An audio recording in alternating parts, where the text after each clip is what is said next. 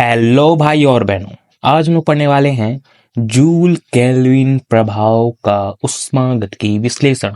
साथ ही साथ हम इसी को जूल थॉमसन प्रभाव भी कहते हैं। यहाँ पर आपको दिख रहा होगा जूल थॉमसन प्रभाव। तो इसके साथ ही साथ हम लोग परिभाषा को, डायग्राम को और पूरे के पूरे व्यंजक सिद्ध करने वाले हैं। तो वीडियो में बने रहेगा, वीडियो को लाइक करके चैनल को सब्सक्राइब कर लीजिए, क्योंकि हम लोग ऐसे बेहतरीन कंटेंट्स आपके लिए लाते रहते हैं। तो शुरू करते हैं हमारा आज का टॉपिक, जूल केल्विन प्रभाव का ऊष्मागतिकी विश्लेषण, जिसे हम लोग जूल केल्विन प्रभाव को ही हम लोग जूल थॉमसन प्रभाव भी कहते हैं। तो इसको हम लोग चित्र के माध्यम से भी समझेंगे, तो आप आसानी से पहले इसको आप समझ लीजिए, फिर उसके पश्चात हम लोग इसको बहुत ही डिटेल थ्रू सभी चीजों को बहुत ही आसानी से समझेंगे।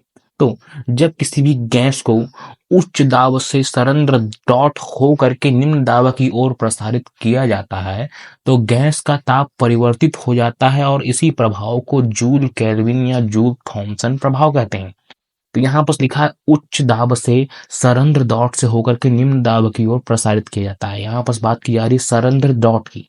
सरंध्र डॉट मतलब एक छोटा सा छिद्र होता है जिसमें से हम लोग गैस को प्रसारित करते हैं। जैसे उच्च दाब से हम लोग, जैसे आप अपने मुंह में देखिए, मुंह से आप जब लोग फूंक मारते हैं, आप लोग अगर मुंह बंद करके फूंक मारेंगे तो एकदम पतली और ठंडा हवा आएगा, और जब आप मुंह ओपन करके करेंगे तो आपको गर्म हवा महसूस होगा। तो यही चीज, यही फॉर्मूला को अपना करके जूल थॉमसन जूल केल्विन प्रभाव बनाया गया है। इसमें आपको दिख रहा होगा कि जब हम उच्च दाब से सरंध्र डॉट से होकर के हम लोग निम्न दाब की ओर प्रसारित करते हैं तो गैस का ताप में परिवर्तन होता है। तो वही चीज है कि आप मुंह बंद करके जब फूंक मारते हैं तो आप देखे होंगे कि हमारा जो ठंडा हवा निकलता है, और जब हम मुंह खोल के फूंक मारेंगे करेंगे तो आप लोग देखे होंगे कि वो हमारा गर्म हवा प्राप्त होता है। तो उसी चीज को यहाँ पर बताया गया है। तो हम लोग देखते हैं डायग्राम के थ्रू फुल्ली डेरिवेशन। तो यहाँ पास आपको डायग्राम दिखाई दे रहा होगा। इस डायग्राम में आपको दिख रहा है कि यहाँ पास हमारे पास दो पिस्टन लगे हुए हैं। एक है I1 I2 और एक है I1। यहाँ पास दो पिस्टन लगे हुए थे। यहाँ पास जो केंद्र में आपको दिखाई दे रहा है वह है हमारा सरंध्र डॉट। ठीक है, यहाँ पर केंद्र में एक सरंध्र डॉट लगी होती है, और यहाँ पर सीधे तौर पर जो ए बी है वो हमारा रुद्धो उष्मारोधी सिलेंडर होता है। यहाँ पर ए बी, यहाँ पर दोनों साइड में उष्मारोधी सिलेंडर्स हमारे पास लगे हुए होते हैं। अब केवल और केवल आपको चित्र को डेरिवेट करते हुए इसमें से प्रसारित होने वाली गैसों में परिवर्तन, उसके आयतन में परिवर्तन, उसके दाब में परिवर्तन, प्रेशर एंड वॉल्यूम में परिवर्तन को दर्शाना है। साथ ही साथ इक्वेशन को प्रूव करना है। उष्मा में परिवर्तन, उसमें वर्क क्या हो रहा है, कार्य क्या हो रहा है, इन्हीं चीजों को बस निकालना होता है। बहुत ही दिक्कत वाली बात नहीं है, आपको सभी चीजों को बहुत ही डिटेल के थ्रू हम लोग समझाएंगे। तो इसके बारे में जो मैंने अभी बताया कि इसमें एक लगे होते हैं पिस्टन, दो पिस्टन लगे हुए होते हैं, एक सरंध्र डॉट होती है, दो हमारे पास उष्मारोधी सिलेंडर लगे होते हैं। तो उसी चीजों को आप नीचे में लिखना है।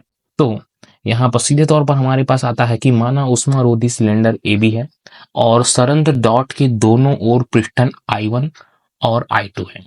सीधे तौर पर आपको दिख गया। अब पिस्टन I1 और I2 सरंध्र डॉट के बीच गैस भरी हुई है। हमारे पास यहाँ पर पिस्टन दिख रहा है ऊपर में, यहाँ पर पिस्टन है और इनके और सरंध्र डॉट, ये इनके बीच में गैस भरी हुई है इस पॉइंट पर। ठीक है, उसको ही यहाँ पर हमने लिखा है कि दोनों पिस्टन I1 और I2 को इस प्रकार धीरे धीरे खींचते हैं, मतलब हम लोग उसको बाहर की ओर खींचेंगे। ठीक है, तो उसमें सरंध्र डॉट की दाईं ओर से बाईं ओर में की दाब P1 व P2 नियत रहे। अब हम लोग इसको, दोनों पिस्टनों को जब खींचते हैं तो उनके दाब में परिवर्तन ना हो, इस प्रकार से उसे हम लोग खींचते हैं। अब देखिए किस प्रकार से उसके इक्वेशंस को हम यहाँ पर सॉल्व करेंगे। इन चीजों को तो आप बहुत ही आसानी से समझ गए होंगे, क्योंकि केवल और केवल हमने ऊपर वाले चित्र को ही डेरिवेट किया है। अब सरंध्र डॉट से गुजारने से पहले गैस का दाब P1 होता है और आयतन V1 होता है।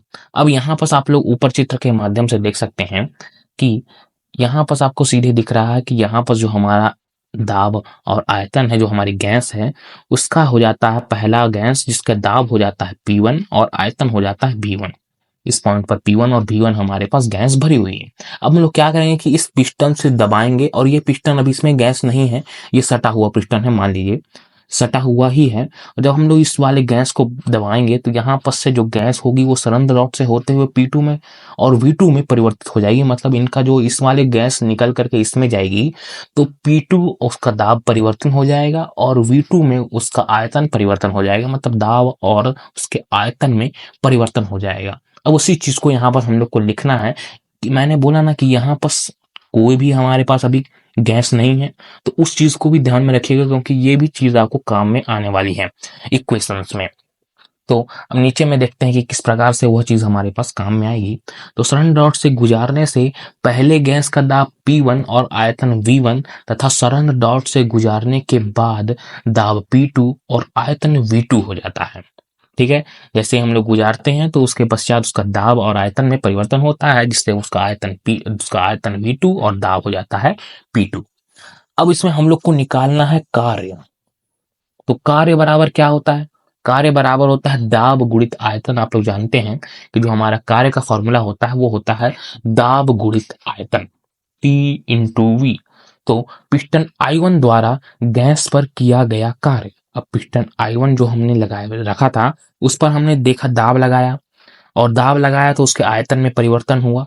अब हमने दाब को मतलब इधर से आयतन और दाब को हमने फिनिश किया, तो यहाँ पर हमने देखा था कि हमारे पास आयतन V1 था, तो उस आयतन को हमने सरंद डॉट से उस साइड भेज दिया गैस को, तो उसका आयतन 0 हो गया, मतलब V1 से 0 हो गया। इस कारण से यहाँ पर हमारे पास जो फॉर्मूला में हम लोग मान रखेंगे V1 से 0, इसका हम P कांस्टेंट बाहर हो जाएगा, dV का हमारे पास समाकलन होगा तो V प्राप्त होगा। तो फिर उसके पश्चात सिंपली फॉर्मेट में 0 माइनस V1 लिखेंगे। आप समाकलन का तो सॉल्व करने जानते ही होंगे। तो इस प्रकार से हमारे पास ये इक्वेशन प्राप्त होगी, -P1 V1 समीकरण नंबर 1। यहाँ पर आपको समझ में आ गया होगा कि हम लोग फर्स्ट क्वेश्चन के लिए निकाल रहे हैं I1 के लिए कार्य 1 W1 निकाले। अब सेम तरीके से अब हम लोग W2 के लिए निकालेंगे, पर उसमें हमने देखा था कि सरंद डॉट से हमने गैस को इधर भेजा था, तो उसमें पहले 0 था, तो 0 से उसके गैस में परिवर्तन हुआ V1। इस प्रकार से V2 हमारे पास गैस में परिवर्तन होगा, मतलब पहले तो गैस 0 था, फिर उसके पश्चात V2 हुआ, तो उसी चीज को हम लोग को आगे देखना है। अब यहाँ पर आप लोग देख रहे हैं कि पिस्टन I2 द्वारा गैस पर किया गया कार्य। यहाँ पर कार्य बराबर हमको अब निकालना है I2 के लिए। I2 में हमने कार्य जो किया है W2 बराबर 0 to V2। मैंने जो बोला अभी कि हमारे पास आयतन में उसमें कुछ नहीं था, तो आयतन में परिवर्तन हुआ, 0 से V2 में परिवर्तन हुआ, सरंद डॉट से हमने पूरे गैस को इधर साइड भेज दिया। तो हमारे पास P2V2 जो हमारे कार्य का फॉर्मूला होता है PdV, आयतन में परिवर्तन हुआ इसलिए यहाँ पर dV का प्रयोग हुआ है। जस्ट हम लोग को कुछ भी नहीं करना है, समाकलन करना है। समाकलन में हमारे पास प्राप्त होगा P2V2, जिसको हम लोग समीकरण नंबर 2 दे देंगे। अब हमको टोटल पूरे के सिस्टम में जो हमारा कार्य हो रहा है उसको हमको निकालना है, या फिर आप बोल सकते हैं परिवर्तन हो रहा है हमारे ऊर्जा में, कार्य में जो वर्क हो रहा है उसको हमको निकालना है। तो W बराबर W1 प्लस W2, ये कार्य में को टोटल कार्य निकालते हैं तो टोटल कर देना है दोनों का। दोनों की वैल्यूज हम पुट करेंगे तो -P1V1 प्लस P2V2 प्राप्त होगा। इसमें से आप देख रहे हैं कि सीधे तौर पर यह हमारा, इसको हम इधर कर देंगे और ये वाले को इधर कर देंगे, तो इस तरीके से हम लोग इसको लिख सकते हैं कि P2V2 माइनस P1V1। अब अतः यहाँ पर सीधे दिख रहा है आपको कि गैस द्वारा कुल किया गया कार्य में प्रयुक्त आवश्यक ऊर्जा गैस के आंतरिक ऊर्जा से प्राप्त होती है। अब हमारे पास जो आवश्यक ऊर्जा है वो गैस के आंतरिक ऊर्जा से प्राप्त होगी, तो आंतरिक ऊर्जा अब हमें ज्ञात करना होगा। मतलब यहाँ पर जो कुल किया गया कार्य प्रयुक्त आवश्यक ऊर्जा जो है वो गैस के आंतरिक ऊर्जा से प्राप्त होगी, तो आंतरिक ऊर्जा हमें निकालना है, अर्थात U का मान हमें अब निकालना है। ठीक है, तो यदि ऐसा सरंध्र डॉट से गुजारने से पहले गैस का आंतरिक ऊर्जा होगी U1, तथा सरंध्र डॉट्स के बाद, अब मतलब फर्स्ट क्वेश्चन से हमने हमारा इधर ढकेला हमारे गैसों को, तो उनमें आंतरिक ऊर्जा कुछ होगी, है ना। तो उन्हीं ऊर्जाओं को निकालना है। तो फर्स्ट तरफ हमारे पास U1 था, सरंध्र डॉट से जाने के पश्चात उसका जो आंतरिक ऊर्जा हो जाएगी वो V2 हो जाएगी, U2। ठीक है, तो यहाँ पर गैस की आंतरिक ऊर्जा में परिवर्तन जो हो जाएगा, मतलब हमें परिवर्तन निकाल देना है। परिवर्तन को हम लोग D से रिप्रेजेंट करते हैं। आप लोग जानते हैं कि DU बराबर हो जाएगा U2 minus U1। Simple, U2 में U1 घटा देंगे तो इस प्रकार से हमारे पास परिवर्तन आ जाएगा, DU बराबर U2 माइनस U1। यहाँ पर हमारे पास रुद्धोष्म प्रक्रम हो रहा है, अर्थात इसमें उष्मा में परिवर्तन जो है वो शून्य है। रुद्धोष्म प्रक्रम में आप जानते हैं कि रुद्धोष्म प्रक्रम होता है जिसमें उष्मा में आदान प्रदान नहीं होता है। उष्मा होती है जो हमने बाहर से या अंदर से कोई उष्मा प्रदान की होती है तो उसे हम लोग उष्मा बोलते हैं। तो रुद्धोष्म प्रक्रम में कोई भी उष्मा का आदान प्रदान नहीं होता है, तो इसलिए उसका मान शून्य हो जाता है। समतापी प्रक्रम में होता है, उसमें तापमान स्थिर होता है परंतु उष्मा में परिवर्तन होता है।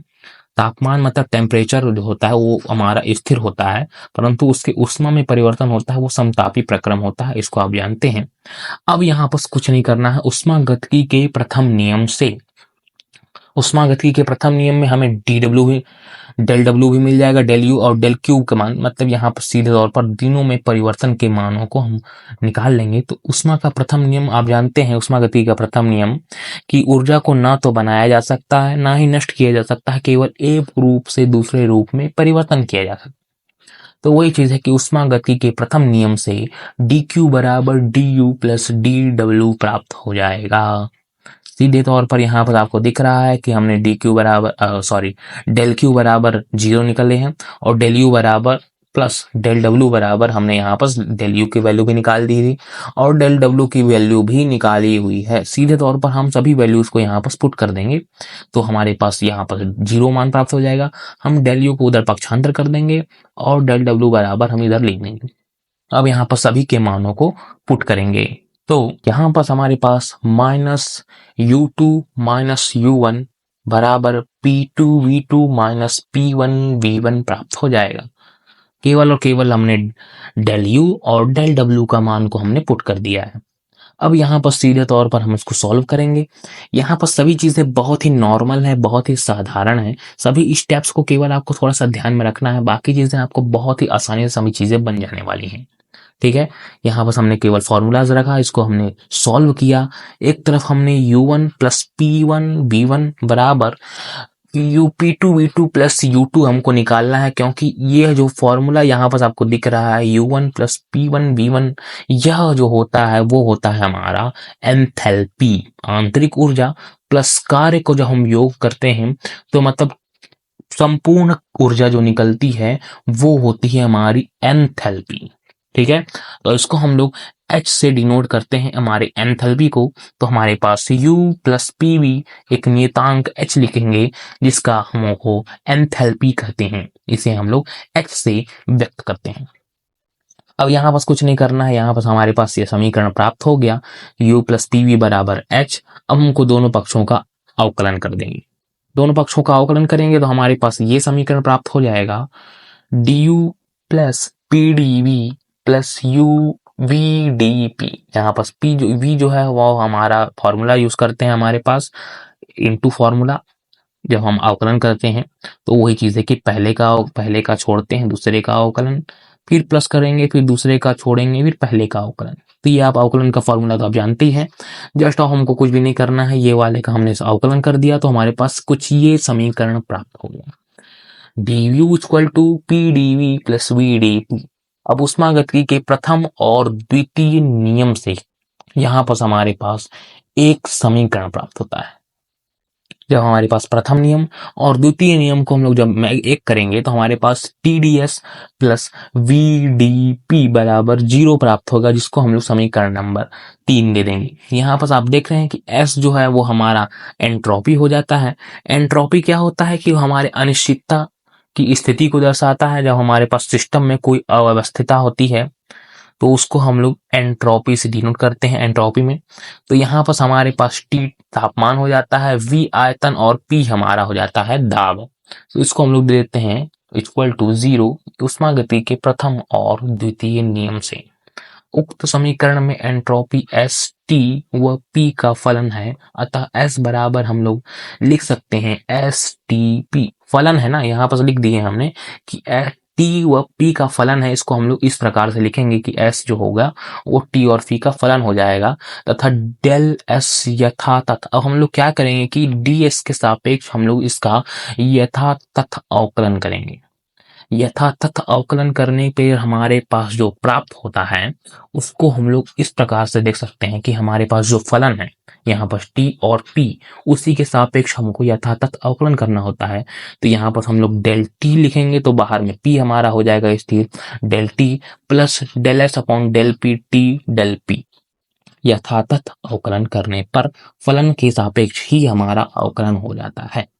ठीक है, इस प्रकार से ये हो जाता है हमारा समीकरण नंबर 4। अब यहाँ पर सबको दिख रहा है कि हमारे पास ds की वैल्यू प्राप्त हो गई। अब यहाँ पर हमें ds की वैल्यू दिखाई दे रही है, तो हम ये वाले पूरे के पूरे समान को यहाँ पर पुट कर देंगे ds के जगह में। तो हमारे पास समीकरण 3 और 4 से, तो यहाँ पर समीकरण 3 और 4 से यहाँ पर हमने देखा कि हमने केवल TDS था, तो उसके जगह में हमने अपने मान को पुट कर दिया। तो इस प्रकार से यहाँ पर हमारे पास मान प्राप्त हो जाएगा। T del S del TP dt plus T इधर इंटू में हुआ DS dP T dP और VdP तो हमारे समीकरण नंबर में 3 में था ही। तो अब यहाँ पर आपको सीधे तौर पर दिखाई दे रहा है कि इसमें हम लोग एक चीज अब मानेंगे। यहाँ पर मानने वाली बात है कि TDS dt जो हो जाएगा P, वो हमारा CP के बराबर हो जाएगा। जो हमारा TDS अपॉन DTP होगा वो CP के बराबर हो जाएगा। अब यहाँ पर हमने देखा था कि डेल Q का मान जो होता है वो एंट्रोपी नियत होने के कारण इसका मान 0 हो जाता है। तो ये वाला जो टर्म है वो हमारा 0 हो जाएगा। तो हमारे पास सीधे तौर पर प्राप्त हो जाएगा TDS DTP बराबर CP। CP क्या है?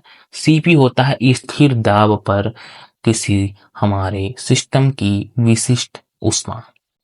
ठीक है, स्थिर दाब होगा तो हमारे पास विशिष्ट ऊष्मा होगी। विशिष्ट ऊष्मा आपको पता नहीं होगा क्या होता है, तो मैं बता देता हूं कि एकांक आयतन के एकांक द्रव्यमान को हम 1 डिग्री सेल्सियस ताप बढ़ाने के लिए जितनी ऊष्मा की आवश्यकता होती है उसे हम लोग विशिष्ट ऊष्मा कहते हैं। तो वही चीज है, इसको हम लोग यहाँ पर समीकरण नंबर 6 दे देंगे। यहाँ पर ये वाली वैल्यू 0 हो जाएगी। तो हमारे पास TDS DTP जो वैल्यू CP, मतलब यहाँ पर हम लोग अगर समीकरण में पुट करें तो इस वाले पॉइंट पर हमें CP प्राप्त हो जाएगा। सीधे तौर पर आपको समझ में आ गया होगा।